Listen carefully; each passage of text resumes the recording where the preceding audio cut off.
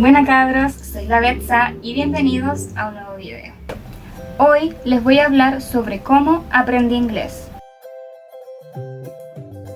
Pero antes les voy a hablar un poco de mí para que me conozcan. Mi nombre es Betsa B, todos me dicen Betsa, tengo 25 años y en un mes más cumplo 26. Soy egresada de la carrera de Turismo con mención en Aviación de DUOC. Y hablo español nativo, soy chilena, hablo también inglés, italiano, un poco de francés y portugués y quisiera aprender muchos idiomas más. Así que aquí les voy a compartir muchas de mis experiencias. Empecemos. Bueno, yo comencé a interesarme en el inglés como en el 2005, más o menos a los 10 años. Fue cuando vi una película que la vi en el idioma original y me enamoré del inglés y decidí aprender a empezar. En el 2005 no había mucho acceso a internet, no había tampoco mucho acceso a computadores, así que no tenía tantos recursos como ahora, pero estaba tan entusiasmada que todos los recursos que pude encontrar los usé. Quiero aclarar que todo lo que hice en ese momento fue de manera paralela, muy paulatina y muy torpemente porque realmente iba aprendiendo sobre la marcha cómo aprender inglés. Esta es la manera en la que yo aprendí inglés. Sin embargo, después les voy a hacer un video sobre cómo aprendo idiomas. Una de las cosas que usaba eran las películas. Lo que yo hacía con las películas era escoger una película que me gustara lo suficiente como para poder verla 10 veces.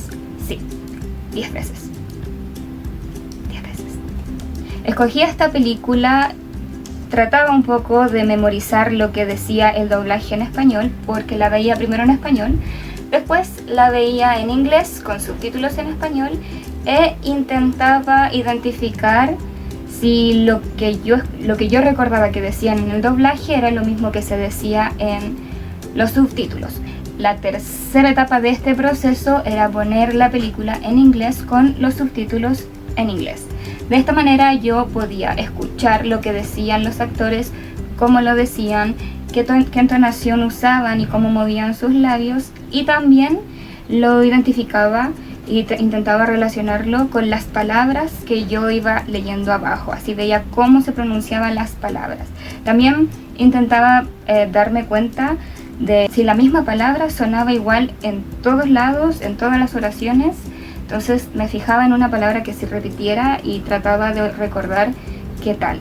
Una de las cosas buenas de ver películas en el idioma original o en inglés en este caso es que tú puedes ver cómo se habla el inglés en las calles, cuál es la diferencia entre distintos dialectos, si hablan rápido, si pronuncian todas las palabras. Bueno, mediante yo iba haciendo esto en la última etapa de esta etapa de películas, lo que yo hacía era crearme mi propio diccionario. Nunca lo pensé así, pero así resultó. Fue tomar un diccionario de papel y cada palabra que veía escrita en los subtítulos y que no conocía, la escribía en un cuaderno nuevo y luego con el diccionario le ponía el significado. Eso me ayudaba a memorizar un poco las palabras y también cómo se escribían.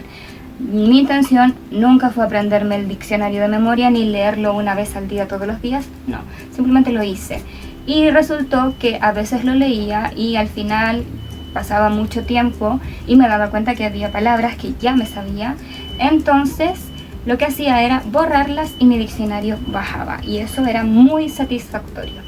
Paralelamente a esto, también trabajaba con las canciones y lo que hacía era escoger una canción que me gustara mucho en inglés, la escuchaba mucho para poder cantarla o para poder pronunciar lo que ellos decían, no era necesario cantarla, y lo que hacía luego era buscarla en internet, en un ciber, la escribía en un cuaderno y después traducía palabra por palabra con mi diccionario al lado la canción. Obviamente no tenía ningún sentido. Entonces yo me di cuenta de que si la reordenaba podía tener... Al reordenarla la volví a escribir un poco de sentido.